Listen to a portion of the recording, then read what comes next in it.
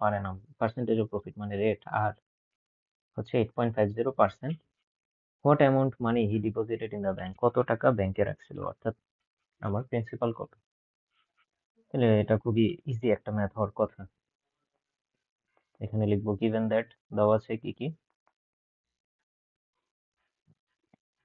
Profit I equal to 4,760 time 4 year, rate of interest by rate দেওয়া আছে 8.5%, and principal বা P কত।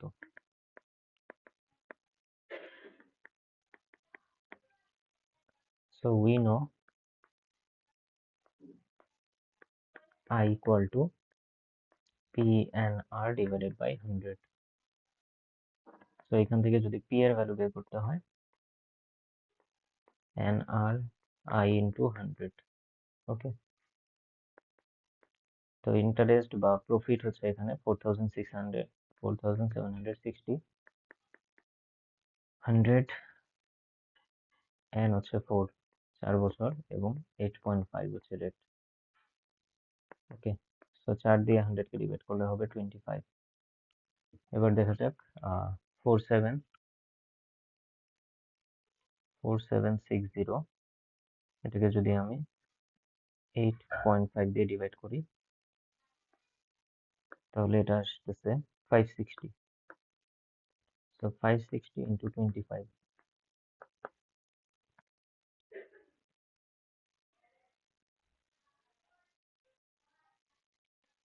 এটা আসতেছে আপনার 14,000 টাকা।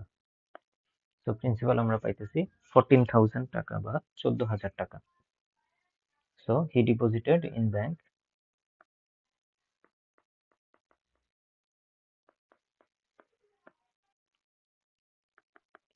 14,000 টাকা, ওকে। নেক্সট ম্যাথ নাম্বার 10,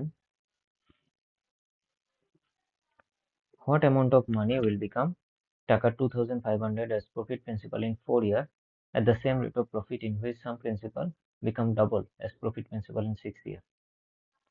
এটা আমরা আগে যে 8 নাম্বার ম্যাথটা করে আসলাম সেই ম্যাথটার মতোই। তাহলে দেখো এখানে বলতেছি কি, what amount of money will become, what amount of money principal জিজ্ঞেস করতেছে, প্রফিট প্রিন্সিপাল টাকা 2,500 ইন 4 ইয়ার, 4 বছরে, সেম রেট অফ প্রফিট অর্থাৎ rate of interest same, in which some principal become double as profit principal in 6 year, যে রেটে কিছু principal double হয়ে যায় প্রফিট প্রিন্সিপালে 6 বছরে। তাহলে এই ম্যাথটা হচ্ছে 7 আর 8 এর মিক্সচার, ওকে। 7 আর 8 ম্যাথ বুঝলে তুমি এরা হচ্ছে 10 নাম্বার ম্যাথটাও বুঝতে পারবা, দুইটা ম্যাথ মিলিয়ে হচ্ছে 10 নাম্বার ম্যাথটা দেওয়া হয়েছে।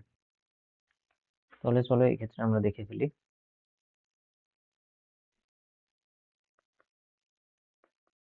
গিভেন দ্যাট, আমরা হচ্ছে সেকেন্ড সিনারিও নিয়ে আলোচনা করব। সেক্ষেত্রে বলতেছে, সেখানে ধরলাম প্রিন্সিপাল ইকুয়াল টু পি, তাহলে প্রফিট প্রিন্সিপাল হচ্ছে ডাবল, ডাবল হলে কি 2p হয়ে যাবে। তো প্রফিট ইকুয়াল টু হবে কি, প্রফিট প্রিন্সিপাল মাইনাস প্রিন্সিপাল অর্থাৎ 2p মাইনাস p অর্থাৎ অনলি p, এবং টাইম এন্ড দেওয়া হচ্ছে 6 ইয়ার।